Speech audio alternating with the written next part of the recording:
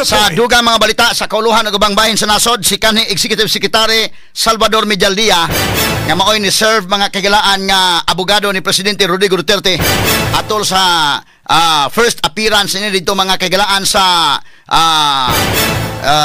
International Criminal Court.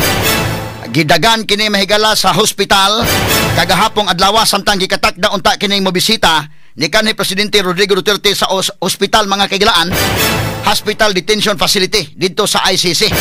Ang sabang hitabo mga kagilaan nga siya na sa gidagan hinoon sa hospital. Nagantanig pagtagad kay kini ba mga pangidaron kis Duterte mahigalang pangidaron karong Marso 28 mag-80 na. Si Salvador Medialdia inaanak pod mao oras sang idara nya tuas sa dito sa nasod nga puting tugnawa. Nag-acclimatize pa ni sa lugar in taon mga sukid di paminaw.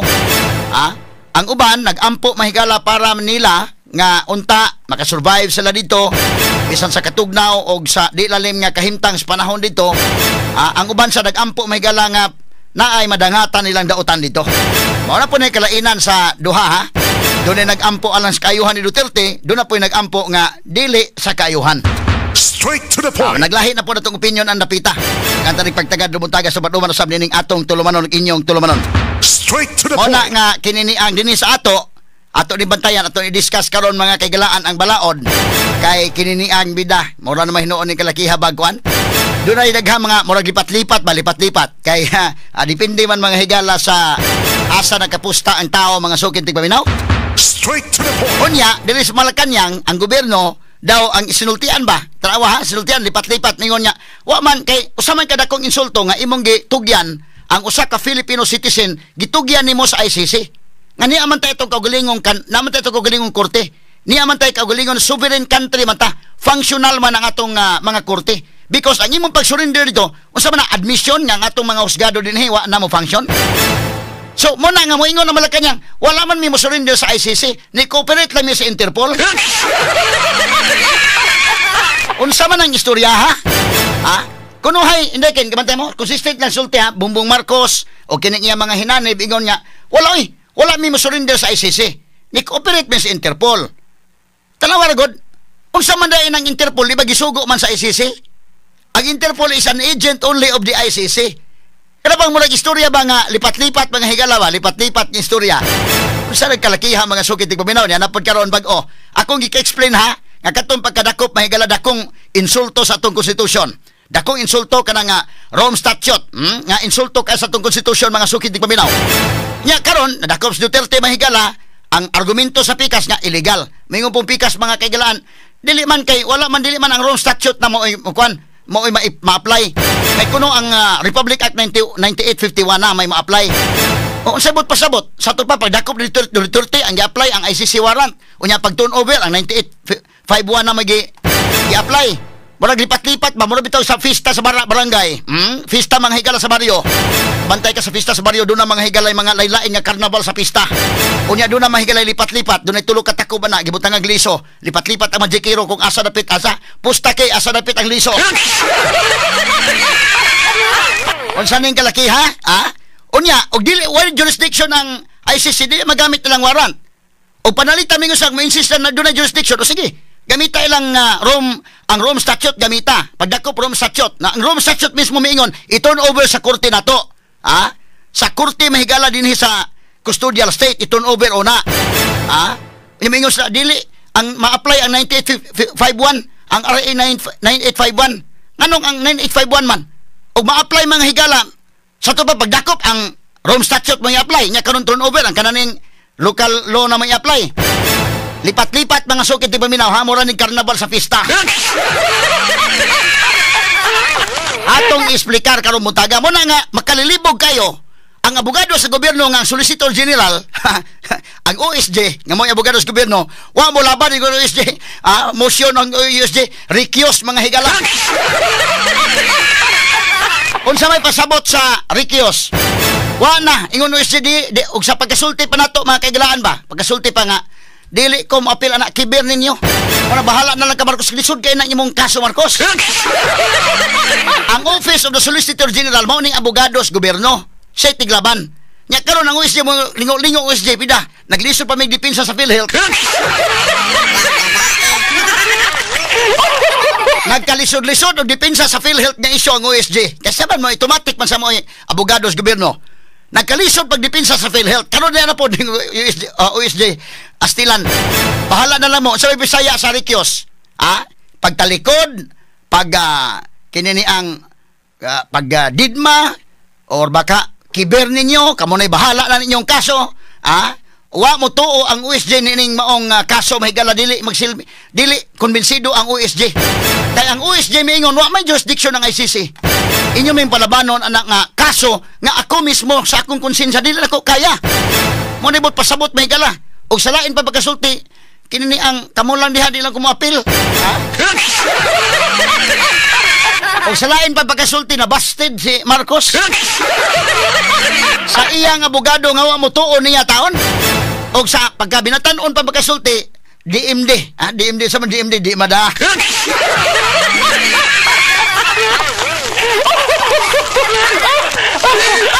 pagtagad rumuntaga DMD gyud DMD kinini ang miingon sa Rikyos murag di ko murag ka nang excuse me di mada pagtagad ang Office of the Solicitor General nga maoy abogado sa gobyerno sa Pilipinas mao ginisulti mga higala nga di mada DMD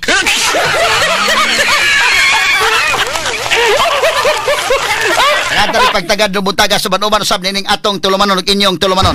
Straight to the point. Samtang sa pikas bahin mga kaigilaan, si Vice Presidente Sara Duterte ni nakadua na sa ikaduhang higayon sa iyang amahan, kanhi Presidente Rodrigo Duterte. Matod pa ni VP Sara dili mosibog ang kanhi presidente sa iyang kandidatura alang sa pagkamayor sa Davao City. Straight to the point. Samtang gibutyag sab ni VP Sara nga gawas ni Attorney Nicholas Kaufman nga usa ka British Israeli mahigala nga Defense Council mukuha sila og lain pang abogado nga dunay kasinatian sa ICC. Sa Attorney Harry Roque wa pa ma-appeal sa ilang legal team kay duna pa mahigalay i-stabilize pa i-establish pa ning iya mahigalang pagstay sab dito mga kaigalaan sa the Netherlands. Kay kinini ang nangayo pa man sa asilom dito mga sukin tig paminaw. So muna nga ipa-focus usa ni Harry Roque kini niyang asilom. Nakatanig pagtagad lubutaga Samtang si Attorney Medialdia mo withdraw usab sa iyang pagka-legal counsel kung mapurma na ang legal team dito sa ICC. Straight to the point. Ini uban pang mga iskutanan niyo mabati exclusive over DYHP RMN Cebu 612 sa dial sa inyong mga radyo o sa 93.9 IFM. Straight to the point. Now atong hagpato ni may gala ning atong mga punto ron, punto legal. Onya kining pag recuse sa Office of the Solicitor General. Onya ang taod-taod lang ni may gala to i-explain lain-lain ning mga kuana ato tagsaon ta lang dili talang gyud diretso tanan kay namo pa tay mga commercial. So ato lang bahin-bahinon mahigala kay ato masang gibahin-bahin ang oras kay minabuhi sa ta. Ato lang naging katawa mga kagalaan So kining ato mga punto ang Solicitor General unyang taod unahon to sa ni mahagalang busy kayo kay mula man tagilipat-lipat murag lipat-lipat ba og sa naskulon mo yan apo da kasamang ki tulog katakob sa kwan sa wine ba kana or bison sa katakuban nya nay liso ibutang nya human ana-ana no ibalhin-balhin asa dapit ang liso pusta asa dapit lipat-lipat ba pwede po nga lipat-lipat sa baraha mga kagilaan nga blanco ang baraha na tulo ka baraha blanco nya lipat-lipaton ka asa dapit ang baraha nga dunay tao bantayanan kini kay ang mga nakadaiyang mga legal experts mga kaigsunan bantayanan kayo kay kini ni ang og asa mo pabor o pabor nga gamiton ang Rome Statute gamiton o dili mo pabor mahigala gamiton ang Local Law 9851 o murag malkansis 1951 mo balik sa Rome Statute o saning kalakiha murag langaw po ag lubot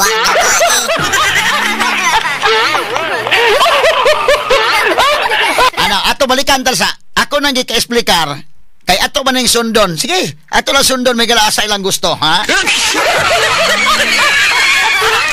Muna karon nga nalibog may gala ang Solicitor General gikapuyan kapuyan ninyo ay igol soldier may gala kanang Rikyos DMD di mada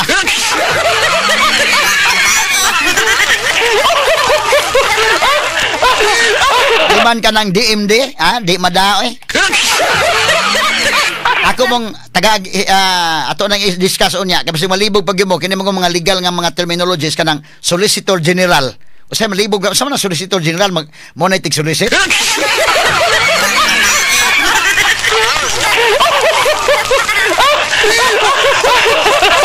Maunay abogados gobyerno. Pero dili pa tamad to balikan sa ako gamay. Kini atong i-discuss mga higala back to basic gyud ta, no? Back to basic, simple naman na kayo mga sukit di paminaw. Kini kung balaod, back to basic ka unya sagol mahigala ang common sense. Simple kayo, no? Ako nang gika-explicar ninyo. Under mahigala sa itong 1987 Constitution nga mo itong fundamental law. Ha? Fundamental law, labaw ka na sa tanang balaod. Ang atong Constitution kay sovereign country kita. Pero ako lang, sakyan talang niya, Rom, statute discuss na to. Ha? Okay, unahon ta ang atong batakang balaod. Ang atong batakang balaod, klaro kayo, diha sa Article 3, Section 1, ang Bill of Rights, nagtataw nga no person shall be deprived of liberty without due process of law.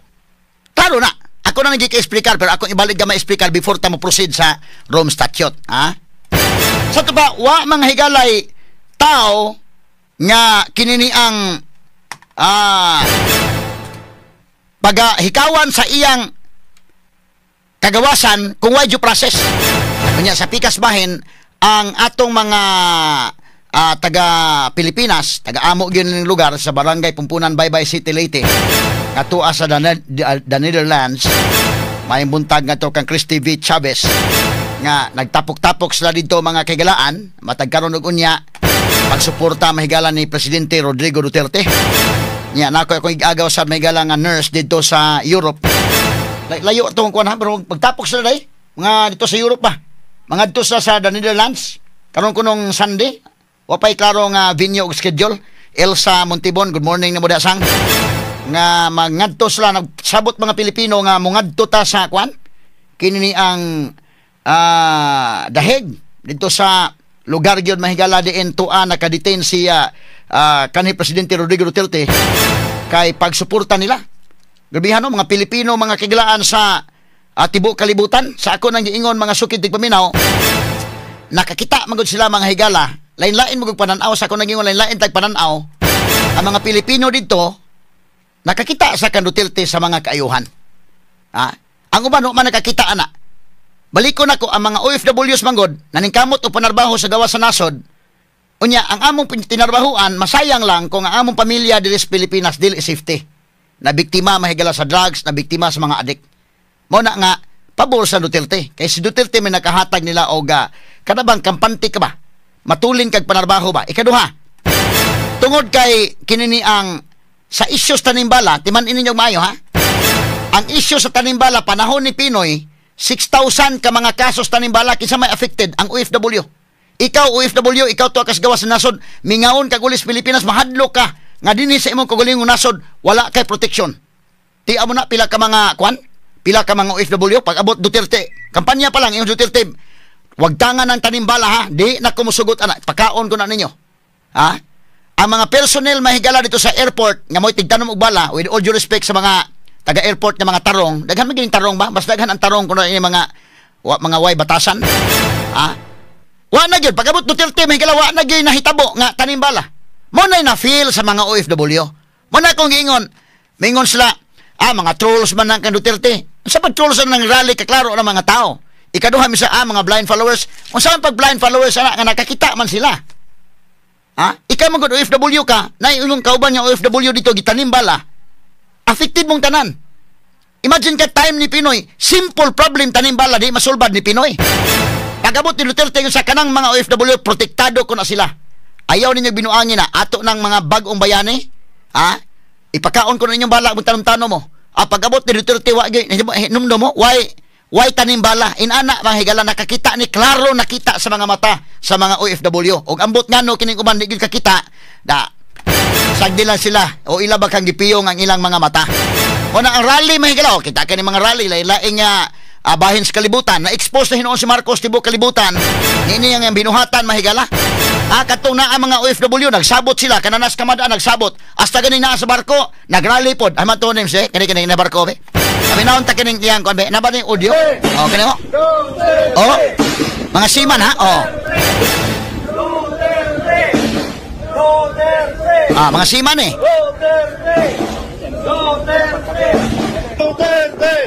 Ha? Tunga-tunga sa laod, ha? Masama na, fake news pa na siya? Tunga-tunga sa laod. We stand with PRRD. Matod pa mahigala. Ini mga seaman.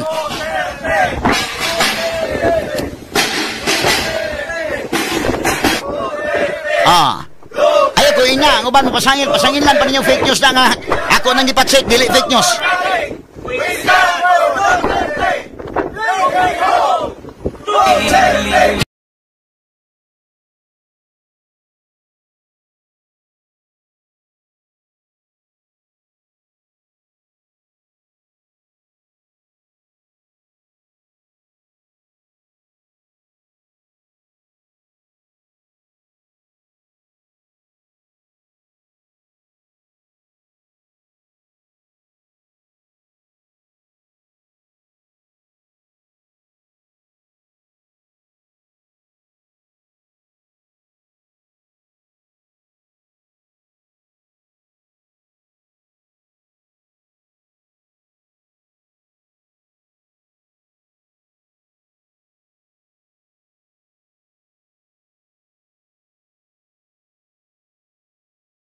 Og fake news ba na? Ako gipatsik, dili good fake news ni mga seaman.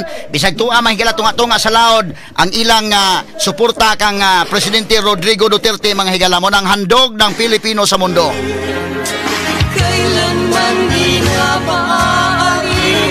Tanawa ha, kini klarohon tani mga higala. Wa ni mga higalay akap dito, wa ni tupa dito, wa ni AX. Ilang kabubuton mga sukit tig paminaw. Muna, ilang kabubuton handog ng Pilipino sa mundo.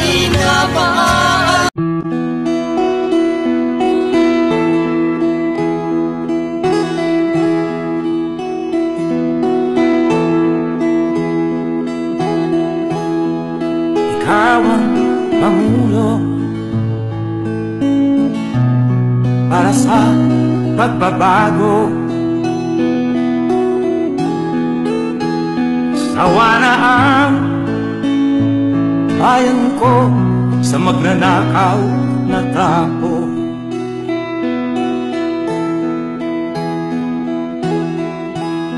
Madilim na kahapon, ikaw ang mag-aahon.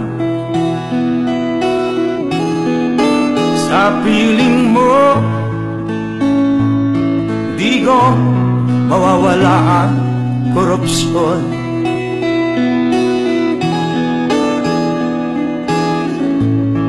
Tayo na, Pilipinas, tayo na magbago. Hawak kamay tayo. Tunga-tunga sa laod, tunga-tunga sa laod. Nagrally ang mga seaman. Ilang ipabatik mahigala ng suporta. Ikaw at ako, tayong lahat kay Rodrigo.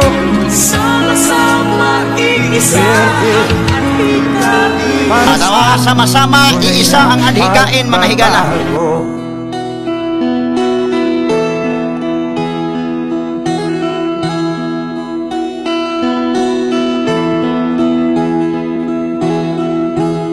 Masdan mo ang paligid,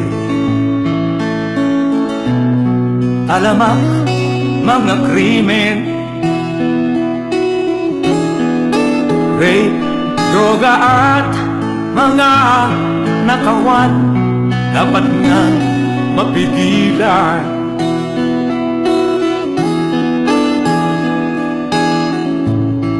Tayo na, Pilipinas, tayo na magbago. Hawak kamay tayo para sa pagtasenso. Ikaw at ako, tayong lahat kay Rodrigo Duterte. para sa tunay na pagbabago. Why am I here? I am here because I love my country and I love the people of the Philippines. Ikaw at ako, tayong lahat kay Rodrigo. Together, para sa tunay na pagbabago.